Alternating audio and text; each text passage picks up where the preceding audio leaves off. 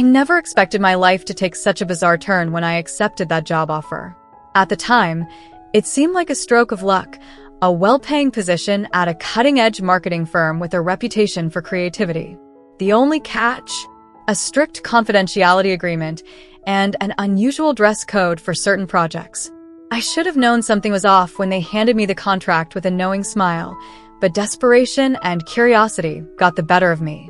The office itself was sleek, all glass and polished steel, filled with people who moved with purpose.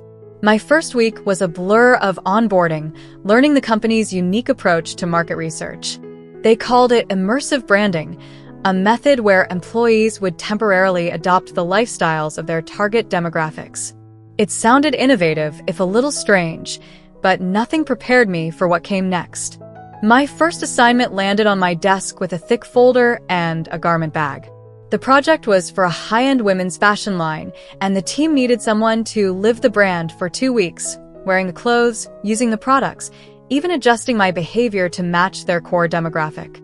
I laughed at first, assuming it was a joke, but my manager's deadpan expression told me otherwise. That evening, I unzipped the garment bag with a mix of dread and fascination. Inside was a complete outfit, a silky blouse, a tailored pencil skirt, sheer stockings, and even a pair of heels. The company had included a note: "Authenticity is key. Please adhere to the guidelines fully for accurate results." I stared at the clothes for what felt like hours, my stomach twisting. This wasn't just trying on a costume, it was an entire identity shift. The first time I slipped into the blouse, the fabric felt alien against my skin, soft, delicate, utterly unlike anything I'd ever worn. The skirt hugged my hips in a way that made me hyper-aware of my body, and the heels forced me to walk differently, my balance shifting with every step. I avoided the mirror at first, too nervous to confront my reflection, but when I finally looked, I didn't see the man I knew. The person staring back was different. Not quite a woman, but not entirely me either. The next morning, I arrived at work with my heart pounding, certain everyone would burst into laughter. Instead, my team greeted me with nods of approval, as if this were completely normal. My manager even complimented my commitment to the role. The strangest part? As the day wore on, the initial discomfort faded. The clothes began to feel less like a costume and more like just clothes. By the third day, something unexpected happened. I started enjoying it. The way the skirt swayed when I walked, the confidence that came with the click of heels, even the subtle scent of the perfume they'd provided. It was intoxicating. I caught myself adjusting my posture, softening my gestures, leaning into the role more than necessary. At first, I told myself it was just professionalism, but deep down, I knew it was more than that. The real turning point came during a client meeting. Dressed in a sleek dress and tights, I presented our campaign ideas with a fluidity I didn't know I had. The clients were impressed, and for the first time in my career, I felt seen in a way I never had before. It wasn't just about the clothes, it was about how they made me feel powerful, elegant, right? When the 2 weeks ended, I was expected to return to my old self. But as I stood in front of my closet, staring at my button-ups and slacks, something inside me resisted. The thought of going back felt like shedding a skin I'd grown into. That night, I found myself online, browsing women's fashion, my pulse quickening at the possibilities. I didn't quit the job. Instead, I embraced the next project and the one after that. Each assignment blurred the lines a little more until one day, I realized I wasn't just playing a role anymore. This was me. The job hadn't just changed my wardrobe. It had cracked open something inside me, revealing a truth I'd never dared to acknowledge. Now, when I walk into the office, it's not as a man in women's clothing. It's just me. And for the first time in my life, I finally feel like I'm exactly where I'm supposed to be. The transformation didn't stop at clothes. Once I allowed myself to really lean into this new version of me, everything else followed. The company had a whole department dedicated to brand immersion refinement, which, as it turned out, meant they didn't just expect me to wear women's clothing. They wanted me to embody it. A week after my first assignment ended, I was called into a small, softly lit room where a consultant named Elise sat me down with a warm smile. She explained that for the next phase of the project, they would be providing me with aesthetic adjustments to better align with the brand's image. My stomach fluttered when she slid a tablet across the table, displaying a digital mock-up of my face with subtle makeup, longer hair, and even softer features. I hesitated. This wasn't just dressing up anymore. This was altering my appearance in a way that felt permanent. But then I looked at the image again, at the way the changes made me feel a strange, electric thrill, and I realized I wanted this. I signed the form. The next few weeks were surreal. A stylist shaped my brows into delicate arches. A professional taught me how to apply makeup with a steady hand, how to blend foundation and smudge eyeliner just right. They even fitted me with a wig at first, soft, chestnut waves that framed my face in a way that made my breath catch when I saw myself in the mirror. I barely recognized the person looking back, and yet, in some deep, undeniable way, it felt more like me than my old reflection ever had. Then came the voice coaching. I hadn't even considered how much my deep, rough around the edges voice clashed with the image I was cultivating. A speech therapist worked with me daily, guiding me into a lighter, smoother register. At first, it felt ridiculous, like I was doing a bad impression, but over time, it became second nature. I practiced in the shower, in the car, under my breath during meetings, until one day, I realized I wasn't forcing it anymore. The most startling change, though, was how people treated me. My coworkers, who had known me before, adjusted seamlessly, as if this had always been the natural order of things. New clients assumed I was just another woman on the team. Strangers held doors for me, called me Miss. And once, a barista wrote *Sarah, smiley face, on my coffee cup after I gave the name, without thinking. That small act sent a jolt through me. I hadn't even told anyone that name. It had just slipped out, like it had been waiting. But the biggest moment came when I went home for the holidays. My family had no idea.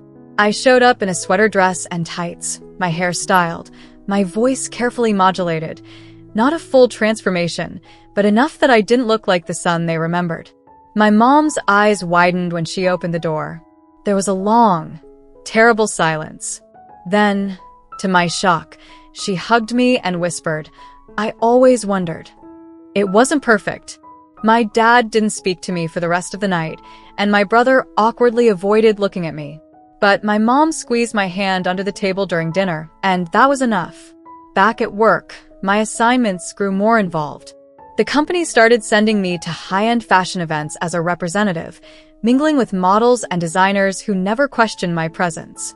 I thrived in those spaces, not because I was pretending, but because I wasn't.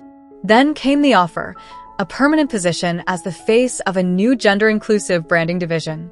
No more assignments, no more pretending, just me, living fully as myself, and getting paid to help others do the same. I took it, of course. Now, when I wake up, I don't think about putting on a woman. I just am one. The job didn't turn me into a girl. It just showed me who I'd been all along. Months passed, and the changes that had once felt so startling became my new normal.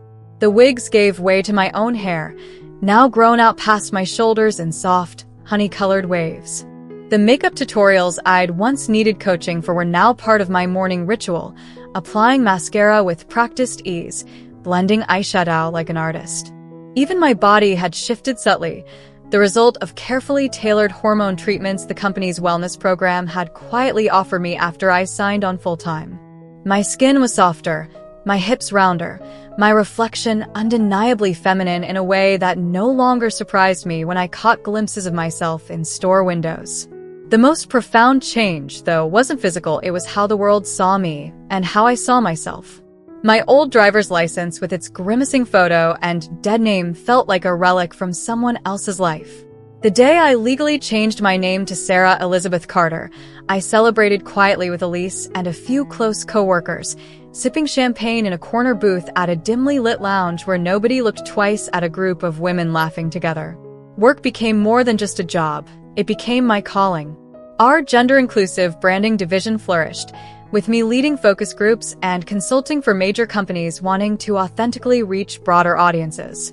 I found myself mentoring new employees going through their own transformations, recognizing the same flicker of terrified excitement in their eyes that I'd once felt.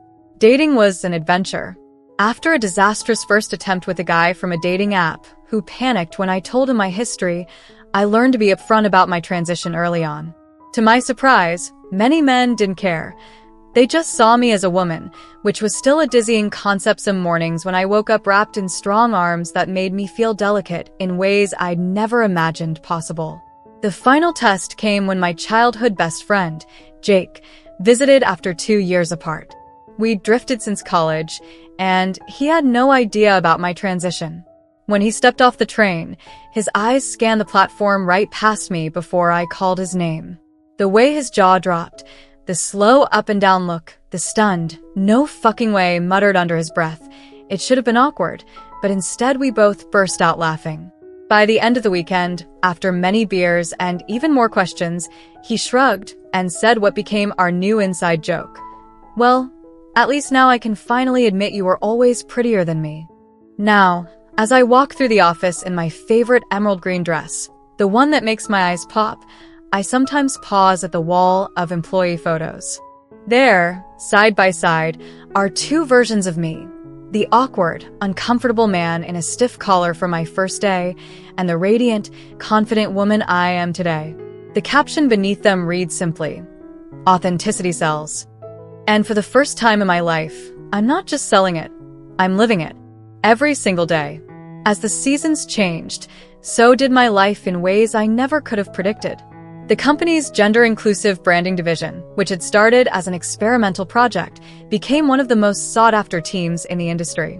Clients flew in from across the country, eager to tap into our unique perspective. I was no longer just an employee. I was a success story, living proof that authenticity wasn't just good for the soul, it was good for business. But success came with its own complications.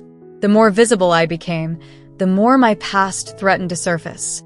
One rainy Tuesday, an anonymous email landed in my inbox with my dead name in the subject line.